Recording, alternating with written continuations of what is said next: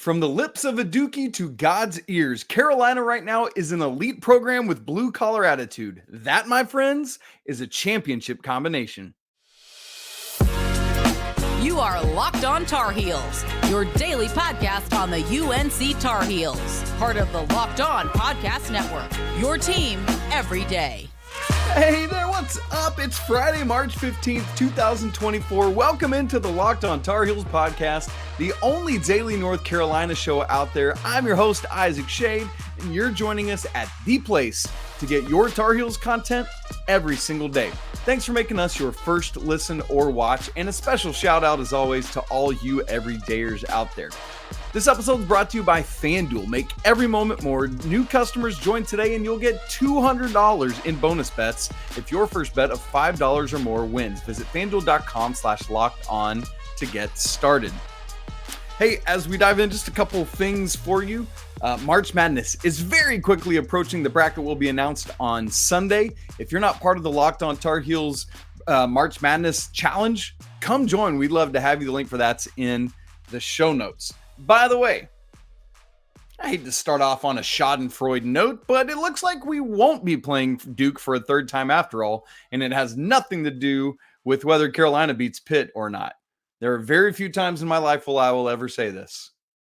Thanks, Wolfpack. Carolina beats up on Florida State on Thursday, 92-67. Boy, was I wrong about the Tar Heels covering that 9.5-point spread, but I've never been more pleased to do so. Carolina's record runs to 26-6. We're going to unpack the game. We're going to get to previewing the Pitt game because there's no rest for the weary. But here's where we start. Bilas said it best on the broadcast. He said, quote, Carolina right now is an elite program with a blue-collar attitude. I loved this. Now, he just said that kind of in the heat of the moment. If I may, I'd like to put it in a slightly different way that's just a little bit more poetic. Carolina is a blue blood program with a blue collar attitude. I like that. Don't you like that better? Yes. Here's what I loved about this basketball game. We said going in that Florida State was a team with nothing to lose. They're playing with house money, that whole thing. You know what happened in this game? It was Carolina, not Florida State, that looked like they were playing with their season on the line. On Thursday's show, Coach Rob had talked about Carolina needing to play with a sense of urgency. That was the first point in the Four Corners preview. And that sense of urgency was on full display in this game. I love it. There was no hangover from the Duke game, as there had been the first time. There were no issues with a noon tip-off, as there sometimes are. There was no issue with Florida State having already played a game in this building and Carolina not ready to go. There was no problem pushing out the lead, putting an opponent away. Carolina came out and said, we are here to win this tournament. We're not here to futz around and hopefully we'll get a good seed on Sunday. This team is hell-bent on winning this thing, just like they were on winning the conference regular season championship, and hell-bent on getting that fourth 1 seed. You see it, and I expect to see it again today when they face Pitt later on tonight. Now, that idea of blue blood program with a blue-collar attitude was perhaps never more exemplified for me in this game than a sequence in the final 90 seconds of the first half. Here's what happens. Harrison Ingram steps up to the free throw line for a 1-and-1 and hits both. Way to go, Harrison. This man, what an addition he's been. Hits both ends of a 1-and-1 with exactly 1:30 to go. So Pitt comes down. I'm sorry, Pitt. I'm thinking ahead to today already. Florida State comes down, and Carolina's defense gets another shot clock violation. I believe it was their second of the half. I know they had two. I feel like they were both in the first half. But Elliot Cadeau got a block. There's kind of a scrum for the ball. It's a whole thing. No shots go up. Shot clock violation. Carolina comes back down. That was like with a minute left when that shot clock violation happens. Carolina comes back down, gets off a shot. It doesn't fall. 4 offensive rebounds later, Armando Bacot is putting back a layup and flexing on everybody because it was incredible. Those 4 offensive rebounds went Ingram, Baycott, Ingram, Baycott. Crazy stuff there. Not to mention, both of these dudes are getting hacked left and right this whole sequence, but they don't care. That's something I love about this team. So many previous Carolina teams are going to whine and moan and complain because I want a foul called. This team's just going to keep going, Psycho T style. And I love it, and I eat it up so much. Now, obviously, then Florida State got that. That put it to a 19-point lead. Florida State got that last-second three-pointer to send it to halftime, but whatever. What a perfect way to encapsulate what Carolina's blue-collar attitude has done for them. Because here's what I see. Is this the most talented North Carolina team ever? By no means. But this is a phenomenally talented North Carolina team. Don't miss that. There are McDonald's All-Americans. There are 5-stars. This is a loaded basketball team. But they play with a chip on their shoulder as though they had all been snubbed and were 2 stars coming out of high school. They, despite their talent, are determined to be scrappy and do all of the little things. And friends, I'll tell you right now, that's what championship teams are made of. Will Carolina win the ACC championship? I don't know. I don't even know if they're going to beat Pitt today. Will Carolina win the national championship? I don't know. I don't know if they're going to make it out of the first or second round out of Charlotte. I expect they will, but I don't know. But I'll tell you this much. They've got the goods to do it. We've seen championship teams. We know what they look like this time of year. And this Carolina team has the look and determination and attitude and talent and experience of a national champion and conference champion team. They've already got 1 conference championship. Let's get a second. Now, it's interesting because Coach Rob and I had talked on Thursday. We answered the question, hey, what has impressed you so much about Carolina in the regular season? And then how will that translate into the postseason? There were 3 specific things we said: their connectedness, their toughness, and their role definition, both understanding their roles and accepting them. Well, Bilas had another thing he said. It was his final statement on the broadcast that spoke right to this thing that Coach Rob and I had been talking about. He said, Carolina was tough and together from the opening tap of this basketball game. You just heard me say that. Carolina, the 3 things we said that we love about Carolina is the connectedness. They were together, Bilas said. Their toughness. Carolina was tough and together. I'm telling you, it's not just us seeing it. It's Bilas. And so part of this question was going to be like, all right, with this attitude, with going off, who is going to be the one to go off in this game? And here's what I loved. It was a bit of everybody. To that point, North Carolina scored 92 points in this basketball game, and not a one of them hit 20.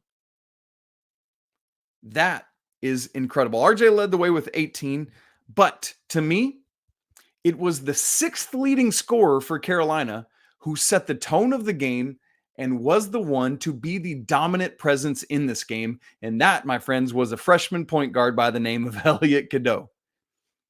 He was the man in this basketball game. This version of Elliot Cadeau is why I just said this team has the makeup that can go to the national championship. I truly believe that. Elliot only had 8 points. It doesn't matter. Games are not determined just by players who lead in scoring. There's a whole vast thing of what that can do. It's also his 6 assists and 2 turnovers. Just 2 turnovers. By the way, he and RJ Davis combined for 9 assists and just 2 turnovers. He had a block. He had 3 steals, 4 rebounds, and enough floor burns for the rest of us. Elliot is getting on the floor. I mean, you think back to that ball he stole back in the beginning of the Duke game for Cormac Ryan's 3rd 3. It's stuff like that going after that ball in front of Carolina's bench, they had no business getting. Stealing the ball from Baba Miller after the block on Armando Baycott, just taking it away. I love that Elliot is growing in so many ways and attacking. You know, I've been hard on him. Obviously, he's not listening to me say this, but I've been hard on Elliot about when he's on the left side, he finishes so often with his right. 3 different times in this game, and I think it was all 3 finishes on the left side were left-handed. As a southpaw, I salute you, my dude. Great stuff there. He had, and I said he had 6 assists. There were probably 3 or 4 more left out there where he had great looks, and unfortunately, guys just didn't finish for one reason or another. Like there was the Jalen Withers dunk where it just didn't go down, and he hung on the rim to try to get like stuff like that. This is the greatness of Elliot Cadeau. He is attacking, he's distributing, he's finding the good passes, making steals, finishing in like it is uncanny. His ability to finish at the rim in an athletic and acrobatic way. That one that he had after that steal and went up, adjusted midair and to the right on Primo Spears, unreal. So I just want to. This team is full of veterans, but on this day, I believe that they were led by Elliot Cadeau. And that doesn't always have to be the case, but that's neat when your freshmen can rise up to the level of these dudes who have been in college 3, 4, 5 years. Great stuff. Well, the defense has been the calling card for the vast majority of this season for North Carolina. But I tell you what, that offense is starting to hum a little bit too. Plus, I got the rest of the Four Corners recap for you and the shady stat of the game all coming up in just a second. Right after I tell you about our brand new sponsor, Robinhood. Did you know that even if you have a 401k for retirement, you can still have an IRA? Robinhood has the only IRA that gives you a 3% boost on every dollar you contribute when you subscribe to Robinhood Gold. But get this. Right now, through April 30th, Robinhood is even boosting every single dollar you transfer in from other retirement accounts with a 3% match. That's right, no cap on that 3% match. Robinhood Gold gets you the most for your retirement thanks to their IRA with that 3% match. This offer again is good through April 30th, so get started at robinhood.com/boost. Subscription fees apply, and now for some legal info. Claim as of Q1 2024 validated by Radius Global Market Research. Investing involves risk, including loss. Limitations apply to IRAs and 401ks. 3% match requires Robinhood Gold for 1 year from the date of first 3% match. Must keep Robinhood IRA for 5 years. The 3% matching on transfers is subject to specific terms and conditions. Robinhood IRA available to U.S. customers in good standing. Robinhood Financial LLC member SPIC is a registered broker-dealer. This episode is also brought to you by Amazon Fire TV, which is your destination. I got to get my remote from over here to holler at it. From live games to highlights to in-depth analysis, Fire TV offers amazing viewing experiences with smart TVs as well as the Fire TV stick that you can just plug right on into your existing TV to provide access to millions of TV shows and movies. Like I said, I just reached over to grab mine. I have Amazon Fire Sticks on every TV in my house. I love it. I love the interaction. I love the user interface. All of that is great. And this remote, it's so handy. I love it. Simple. And you've got buttons that even my kids can figure out how to get the Netflix or Prime Video or whatever. Also, Fire TV recently created Fire TV channels to deliver a constant supply of the latest videos from your favorite sports brands, all for free. That includes all of us here at Locked On. So come check it out. Beyond that, Fire TV channels also have great news, entertainment, gaming, and travel and cooking videos as well. So come check out Fire TV channels on Fire TV and Alexa devices. If you haven't done so yet, you got to do it. Trust me on that. To learn more, visit amazon.com/LockedOnFireTV. Time for our Four Corners recap of this game, as well as the shady stat of the game. Number one in the Four Corners recap. How about North Carolina's offense? It's funny to say as we think about Carolina, which is so historically known for running great offense. But as the defense has found its way back to the consistency of that 10-game winning streak, and boy have they, by the way, 4 of the last 6 opponents under 1 point per possession.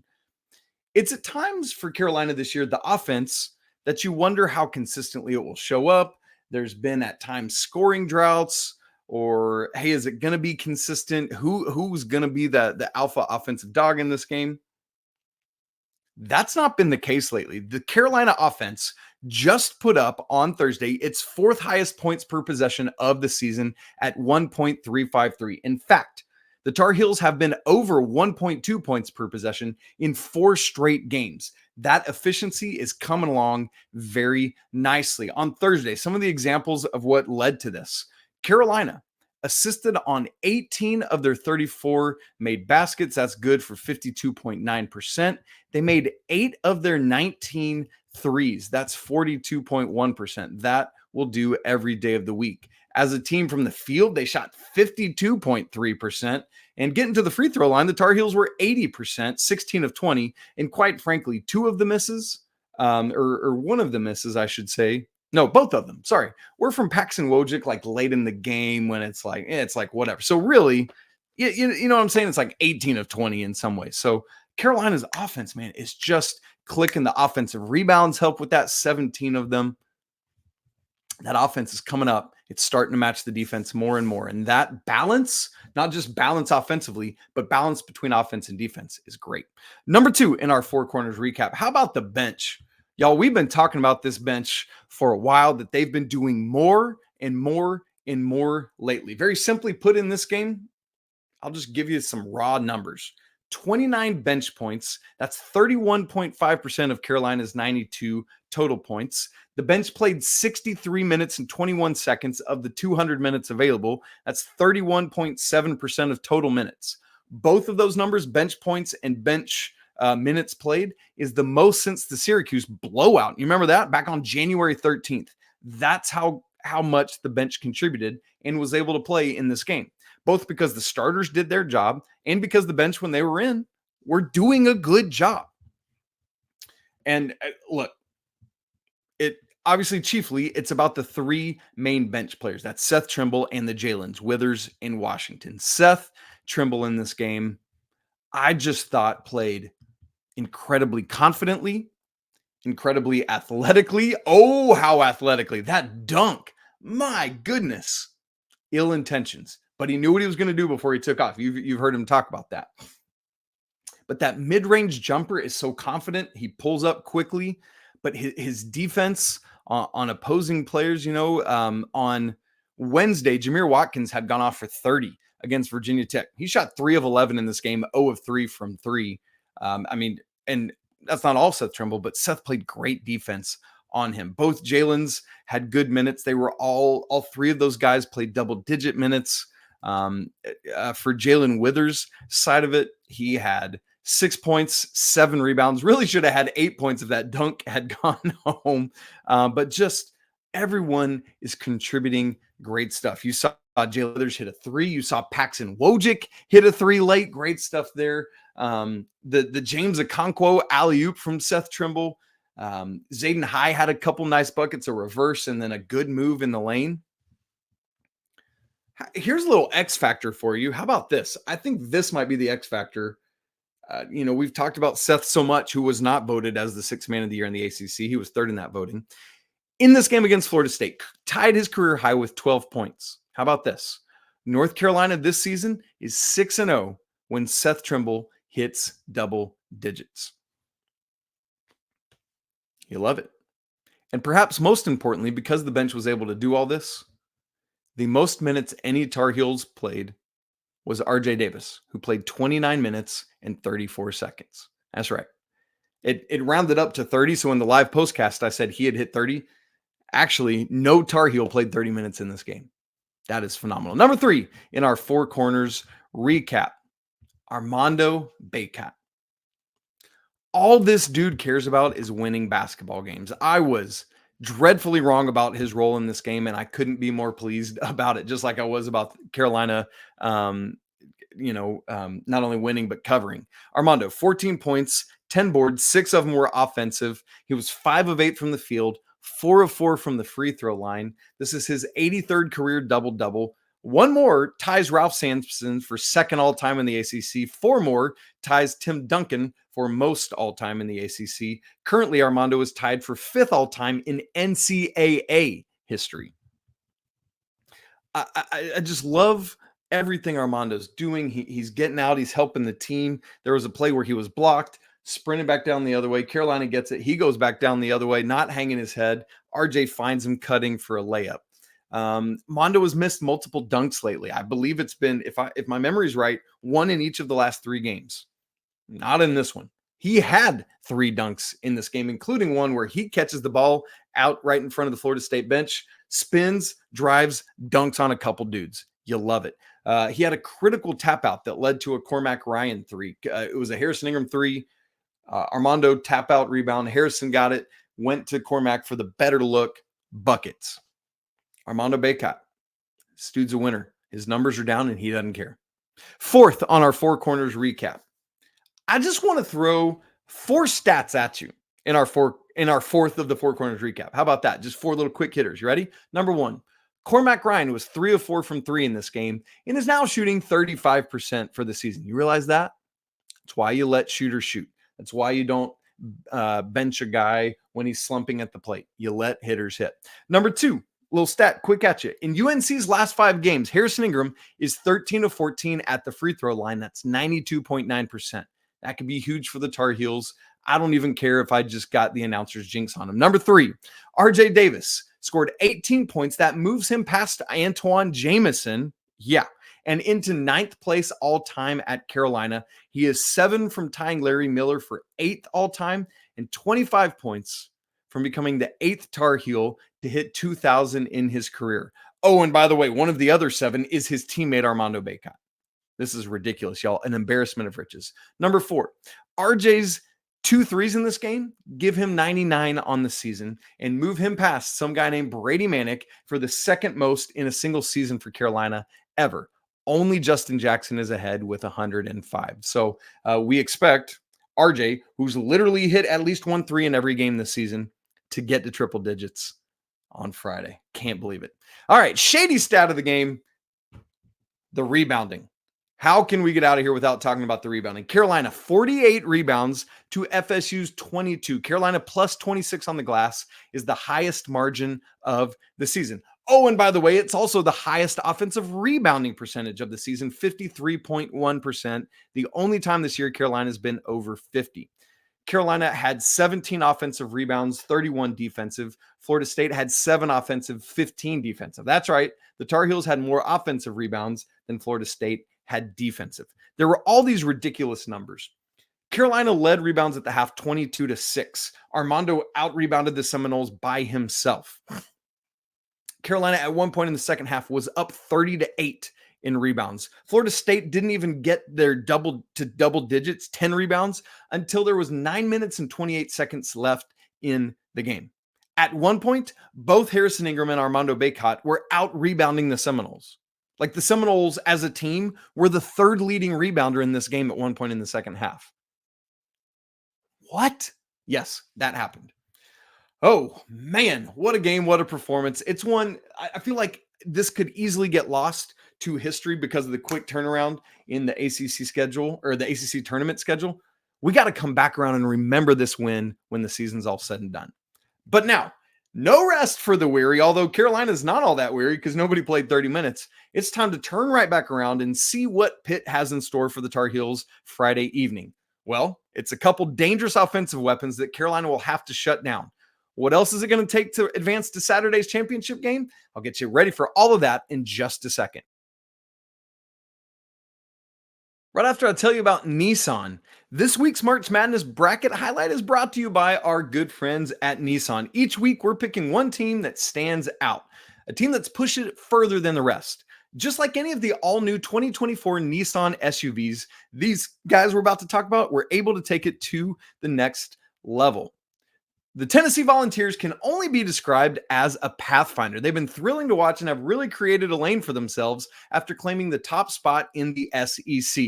Player of the Year candidate Dalton Knecht has carried the Vols all the season long and made them a team to watch in March. Hopefully a 2 seed, though, to Carolina's 1. So take the Nissan Rogue or Pathfinder or Armada and go find your next big adventure.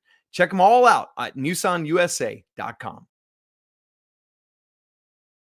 All right, gang, North Carolina against Pitt, ACC semis in the top half of the bracket, 7 o'clock Eastern on either ESPN or ESPN2. They haven't announced it yet. FanDuel has the line Tar Heels by 6.5. The other semi will be NC State, who again knocked off Duke. I needn't remind you that. And the other semifinal is underway as I record. It's Virginia and Boston College. VC, it's into overtime right now. BC had a 6-point halftime lead. Virginia's up 3 in overtime. Wow.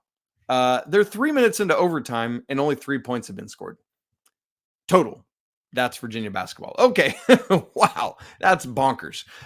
So this game, yes, Carolina beat Pitt earlier this year in the only matchup of the season, 70-57 up in Pittsburgh. But Carolina owes Pitt some humbling losses. Prior to that victory up at Pittsburgh, the Panthers had taken 5 of 6 from Carolina. I don't know if you remember that, but it's true. Moreover, look, I appreciate Jason Capel because he's a Tar Heel. And he played at Carolina during, like the end of his career was a very tough season for a very tough time in the Carolina program. But I got zero time for this dude's histrionics. Like, no, get out of here with all that energy. I want to beat Pitt so badly in this game. Not only do I just mean like desperately, I want to put a stomping on them like Carolina did to Florida State on Thursday. So that first game, Blake Hinson, an absolute stud, but not in that game. Just 11 points on 4 of 16 shooting, 2 of 11 from 3 and 1 of 3 from the free throw line. Doubt we'll see that again, but it would be nice. Carolina had a balanced attack, very similar to the game on Thursday against Florida State. Mondo led the way with 16 points, 10 boards. So same kind of thing. Nobody had more than 16. Neither team shot well in that game. Carolina was 36.5% from the field, 29% from 3. Pitt was even worse, 30% from the field and 17% from 3. I expect both of those are going to be better on Friday evening. By the way, that game was the beginning of Harrison Ingram going crazy on rebounds. He had 15 in that one. Now, obviously, Pitt is going to be a desperate team, probably even more so than was Florida State. Why? Because they're on the bubble, and it hasn't been looking good. I haven't seen Leonard's latest update, but they're going to be fighting for their lives. And y'all, I cannot wait to see this matchup of the 2 stud freshman guards, Bub Carrington from Pitt and our own Elliot Cadeau. They matched up earlier this season, but it was January. I want to see it again.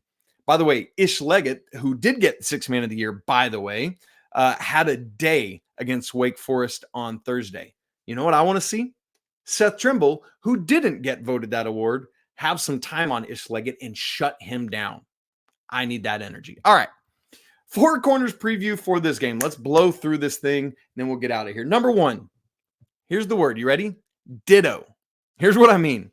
I don't want to oversimplify this thing, but I don't care what any other team does in the ACC or around the country. If Carolina can just hit copy-paste from what they did on Thursday against Florida State, they're going to be in great shape against anybody they play. So what does that look like? You got to be the aggressor. First to loose balls, second to loose, all of that stuff. Carolina's been doing that wonderfully. Just got to keep doing it. Defend like your life depended on it. Just hold down. Pitt has some really good individual offensive guys. Got to keep them at bay.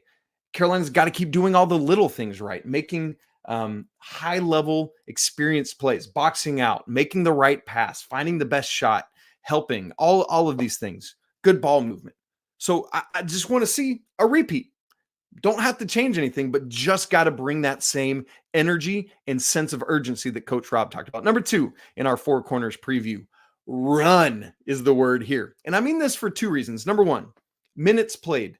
Pitt, just like Carolina, played their first game of the ACC tournament on Thursday, but here's the difference.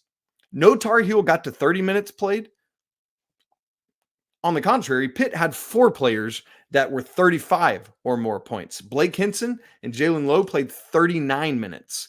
Bub Carrington played 38. Ish Leggett, 35. So let's get into their legs. Make them use it. Pitt only played 7 dudes on Thursday. Make them pay for it on Friday. But the other reason I want to run, because Carolina was at their best on Friday when on Thursday, against Florida State, when they were out and running, scoring in transition, attacking. Carolina led fast break points 26-6 in this game. Just get out and go. I want to see Coach Davis shooing them on in the Roy Williams style. Just constantly put pressure on Pitt like you did against Florida State. Just more of that, please. Number 3 in the 4 corners preview, defense is key in this game. Yes, offense had a day on Thursday, and we hope they have another one on Friday. But Pitt does have some very dangerous offensive weapons. You all remember Blake Hinson standing on the scorer's table at Cameron Indoor Stadium, right? This dude can go off at any moment. And after his lack of performance in game 1 against Carolina, you better believe he's going to be gunning in this one. Got to stop Bub Carrington. He's a big, tall freshman guard. He's looking, he's on draft boards, things like that. It's going to be a tough guard, a tough stick for Carolina, but they got to do it. The defense must once again feed the offense. That's what we're looking to see. Be disruptive, communicate, help one another, and you get steals and stops, and then go. Get out and go score. Fourth in the Four Corners preview, a little extension of what I just said. Not only do I want to see Carolina defend, but I want to specifically see them stop threes. Now, it's funny because we just said this in the preview for the Florida State game, but it's for a different reason. Florida State had been shooting outside of their usual character, much better than their usual character against Carolina in the first 2 games of the season. It was way back down to earth on Thursday, just 4 of 16. Pitt's the other way around. They're 20th nationally, making 9.6 threes per game. But they're also 23rd in 3-point attempts per game at 27%. So that translates to just 94th in 3-point percentage, 35%. But they can go off and hit them when they're taking that many. Absolutely. And just like Florida State had been up and came down this time against Carolina, in game 1, Pitt was just 5 of 29 against Carolina. You expect that to rise back up to their normal level of 9 or 10. So I'm not saying it'd be great if Carolina could hold them to 5 again, but even if you could just keep it to 7, you'd feel like you're in great shape. So we'll see what happens there. Now, usually we've got our weekend whip around on Friday. We're running long on time already, so we're going to have to cut and run and get out of here. I'm traveling today up to Kansas City for the Big 12 tournament because I need to cover that. So I'm not sure yet if I'm going to be able to do a live postcast tonight after the game. We'll see. So just bear with me. Pay attention to social media. If Carolina makes the championship game, I'll still be in Kansas City, but the Big 12 championship is before the ACC championship. So I should be good to do a live postcast on Saturday night if the Tar Heels are playing. Don't want to jinx it, you know what I'm saying? So we'll see what happens there. By the way, Sam Howell headed to Seattle. Hope he can do some work there. All right, gang, that's it for today's episode. Woo! What a victory in the quarterfinals. Let's get it done again tonight. If you're not part of the Locked On Tar Heels Discord community, come on, do it. Come for the community. It's awesome. The link is in the show notes. It's free. We'd love to have you. No better time than right now in the postseason to come be a part of it. There's a live game thread that's always going on. We'd love to have you there. If you haven't subscribed, please do that. It's so easy to do so. Hit the bell icon so you get notifications when I go live. It'll notify you when we're on YouTube. All right, y'all, it's always a great day to be a Tar Heel. We'll talk again, hopefully Friday night after the game, but if not, we'll talk Saturday if there's a game, and if not, we'll definitely talk on Monday after Selection Sunday. It's going to be great. But until then, peace.